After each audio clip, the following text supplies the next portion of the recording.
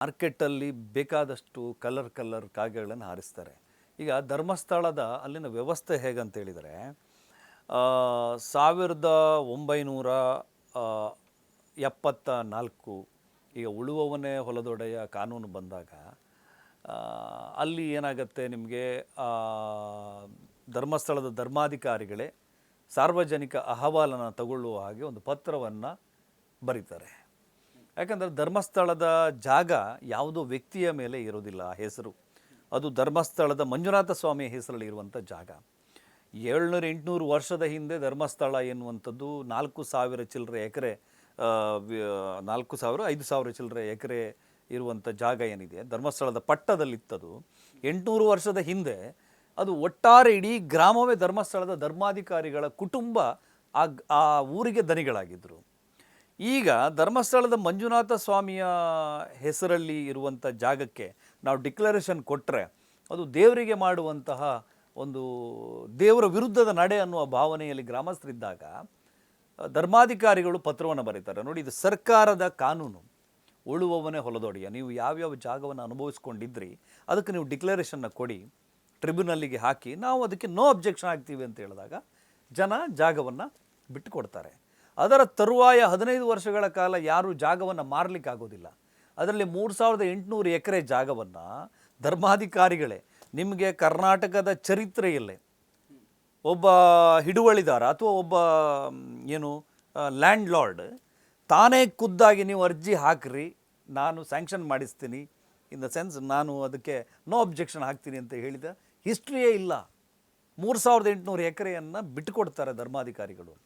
ಅದರ ನಂತರ 15 ವರ್ಷಗಳ ಕಾಲ ಜಾಗ ಮಾರಕ್ಕಿಲ್ಲ, ಯಾರಿಗೂ ಪರ್ಮಿಟ್ ಇಲ್ಲ, ಯಾವುದು ಡಿಕ್ಲರೇಷನಲ್ಲಿ ಬಂದ ಭೂಮಿಯನ್ನು. 15 ವರ್ಷಗಳ ನಂತರ ಏನಾಗುತ್ತೆ, ಧರ್ಮಸ್ಥಳ ವೀರೇಂದ್ರ ಹೆಗ್ಗಡೆಯವರ ಅವಧಿಯಲ್ಲಿ ಭಾಳ ದೊಡ್ಡ ಮಟ್ಟದಲ್ಲಿ ಬೆಳೀತದೆ. ಅಲ್ಲಿ ಜನರ ಓಡಾಟಗಳು ಜಾಸ್ತಿ ಆಗುತ್ತೆ, ಶಿಕ್ಷಣ ಸಂಸ್ಥೆಗಳು ಎದ್ದು ನಿಲ್ತವೆ, ಭೂಮಿಗೆ ಚಿನ್ನದ ಬೆಲೆ ಬರುತ್ತೆ. ಆ ಜಾಗದ ಮಾಲೀಕರು ಏನು ಮಾಡ್ತಾರೆ, ಕೆಲವರು ಜಾಗವನ್ನು ಮಾರಾಟ ಮಾಡಲಿಕ್ಕೆ ಶುರು ಮಾಡ್ತಾರೆ. ಭೂಮಿಗೆ ಒಳ್ಳೆ ಬೆಲೆ ಇದೆಯಲ್ವಾ, ಆ ಧರ್ಮಕ್ಕೆ ಒಂದಿಷ್ಟು ಜಾಗ ಬಂದಿದೆ, ಅದನ್ನು ಒಂದಿಷ್ಟು ಮಾರಾಟ ಮಾಡಿ ತಮ್ಮ ಬದುಕನ್ನು ಕಟ್ಕೊಳ್ಳೋಣ ಅಂತೇಳಿ. ಆಗ ಧರ್ಮಸ್ಥಳದ ಸುತ್ತ ಒಂದು ಲ್ಯಾಂಡ್ ಮಾಫಿಯಾ ಡೆವಲಪ್ ಆಗುತ್ತೆ. ಒಂದಷ್ಟು ಜನ ಏಜೆಂಟ್ರುಗಳು ಬರ್ತಾರೆ. ನೀವು ಒಂದಿಷ್ಟು ಮಾಂಸದ ತುಂಡುಗಳನ್ನು ಎಸೆದ್ರೆ ಮೇಲೆ ಹದ್ದು ರಿಕ್ವೆಸ್ಟ್ ಕೊಡ್ದೇ ಬಂದುಬಿಡುತ್ತದು. ಹಾಗೆ ಎಲ್ಲಿ ಲ್ಯಾಂಡು ವಹಿವಾಟು ಸ್ಟಾರ್ಟ್ ಆಗುತ್ತೆ, ಈ ಜಾಗ ಇವ್ರು ತಗೊಳ್ತಾರೆ ಅನ್ನೋ ಭಾವನೆಗಳು ಬಂದಾಗ ಅಲ್ಲೊಂದಿಷ್ಟು ರಿಯಲ್ ಎಸ್ಟೇಟ್ ಏಜೆಂಟ್ಗಳು ಬರ್ತಾರೆ. ಅದರಲ್ಲಿ ಮಹೇಶ್ ಶೆಟ್ಟಿ ತಿಮ್ರೋಡಿ ಅಂತವರು ತುಂಬ ಜನ ಇದ್ದಿರ್ಬೋದು. ಅಲ್ಲಿ ಜಾಗವನ್ನು ತಗೊಂಡು ಧರ್ಮಸ್ಥಳಕ್ಕೆ ಜಾಗವನ್ನು ಮಾರುವಂಥ ವ್ಯವಸ್ಥೆ ಆಗುತ್ತೆ. ಯಾಕಂದರೆ ಅಲ್ಲಿ ಅವ್ರು ಹೇಳ್ತಾರೆ, ಯಾಕಂದರೆ ಅಲ್ಲಿ ಬಾರ್ ಮಾಡುವಂಥದ್ದು ಅಥವಾ ಇನ್ನೇನೋ ಬೇರೆ ವ್ಯವಸ್ಥೆಗಳು ಬರಬಾರ್ದು, ನಮ್ಮ ಧರ್ಮಸ್ಥಳದಿಂದ ಡಿಕ್ಲರೇಷನಲ್ಲಿ ತೊಗೊಂಡು ಜಾಗ ನೀವು ಮಾರಾಟ ಮಾಡೋದಿದ್ರೆ ಬೇರೆಯವರಿಗೆ ಮಾರಾಟ ಮಾಡಬೇಡಿ, ನಾವೇ ಮಾರ್ಕೆಟ್ ವ್ಯಾಲ್ಯೂ ಕೊಡ್ತೀವಿ, ನಮಗೆ ಕೊಡಿ ಅಂತ ಹೇಳಿ. ಅದಕ್ಕೊಬ್ಬ ಮೀಡಿಯೇಟರ್ ಬೇಕಲ್ಲ. ಈಗ ವೀರೇಂದ್ರ ಹೆಗ್ಗಡೆ ಅವರು, ಹರ್ಷೇಂದ್ರ ಕುಮಾರ್ ಅವರು ನೀವು ಜಾಗ ಕೊಡ್ತೀರಾ, ಅದು ತನ್ನಿ ಇದು ತನ್ನಿ ರೆಕಾರ್ಡ್ ತನ್ನಿ ಅಂತ ಹೇಳಲ್ಲ. ಯಾವನೋ ಒಬ್ಬ ಏಜೆಂಟ್ ಹೋಗ್ತಾನೆ, ನೀನು ಜಾಗ ಮಾರ್ತೀಯ ಅಂತ ಕೇಳ್ತಾನೆ. ಅಲ್ಲಿ ಏನಾಗುತ್ತೆ, ನಿಮಗೆ ಇದು ಧರ್ಮಸ್ಥಳದವರಿಗೆ ಕೊಡಲಿಕ್ಕಿರೋದು ಅಂತೇಳಿ ಒಂದು ಕಡಿಮೆ ಬೆಲೆಯಲ್ಲಿ ಅವರಿಂದ ಖರೀದಿ ಮಾಡಿ ಇವರಿಗೆ ಜಾಸ್ತಿ ಬೆಲೆಗೆ ಮಾರಾಟ ಮಾಡುವಂಥ ಪ್ರಕ್ರಿಯೆಗಳು ನಡೀತಾ ಇತ್ತು. ಆ ಕಾರಣಕ್ಕೆ ಮಹೇಶ್ ಶೆಟ್ಟಿ ತಿಮ್ರೋಡಿ ಅಂತವ್ರು ಆ ಡೀಲ್ನಲ್ಲಿ ಇದ್ದಿರಬಹುದು. ಹಾಗೆ ವೀರೇಂದ್ರ ಹೆಗ್ಗಡೆಯವರ ತಲೆಯಲ್ಲಿ ಒಂದು ಮೆಡಿಕಲ್ ಕಾಲೇಜ್ ಮಾಡಬೇಕು ಅಂತ ಬಂದಾಗ, ಇಂಥ ಜಾಗದಲ್ಲಿ ಮೆಡಿಕಲ್ ಕಾಲೇಜ್ ಆಗುತ್ತೆ ಅಂಥೇಳಿ ಪ್ಲ್ಯಾನ್ ಆದಾಗ ಅಲ್ಲಿ ಮಹೇಶ್ ಶೆಟ್ಟಿ ತಿಮ್ರೋಡಿಯವರು ಸ್ವಲ್ಪ ದಬ್ಬಾಳಿಕೆ ಮಾಡಿ ಅಡ್ಡ ದುಡ್ಡಿಗೆ ಅಂತ ನಮ್ಮಲ್ಲಿ ಹೇಳ್ತಾರೆ ಭಾಷೆಯಲ್ಲಿ, ಬಹಳ ಕಡಿಮೆ ಬೆಲೆಗೆ ಧರ್ಮಸ್ಥಳಕ್ಕೆ ಬೇಕಿರೋ ಜಾಗ ಅಂಥೇಳಿ ಯಾರನ್ನೋ ತೋರಿಸಿ ಬೆದರಿಸಿ ಅಡ್ವಾನ್ಸ್ ಮಾಡಿರ್ತಾರೆ ಜಾಗಕ್ಕೆ. ಈ ವಿಷಯ ಧರ್ಮಾಧಿಕಾರಿಗಳ ಗಮನಕ್ಕೆ ಬರುತ್ತೆ, ಅದು ಹರ್ಷೇಂದ್ರ ಕುಮಾರ್ ಅವರ ಗಮನಕ್ಕೆ ಬರುತ್ತೆ.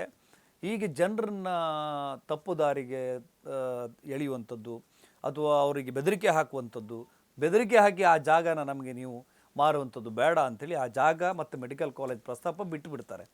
ಆಗ ತನ್ನ ಶೈಲೇಶ್ ಕುಮಾರ್ ಅಂತೇಳಿ ತನ್ನ ತಮ್ಮ ದುಬೈಯಲ್ಲಿದ್ದ ತಿಮ್ರೋಡಿಯವರ ತಮ್ಮ, ಅವನಿಂದ ದುಡ್ಡನ್ನು ತಗೊಂಡು ಇನ್ವೆಸ್ಟ್ ಮಾಡಿದ್ದಾರೆ ಮಹೇಶ್ ಶೆಟ್ಟರು.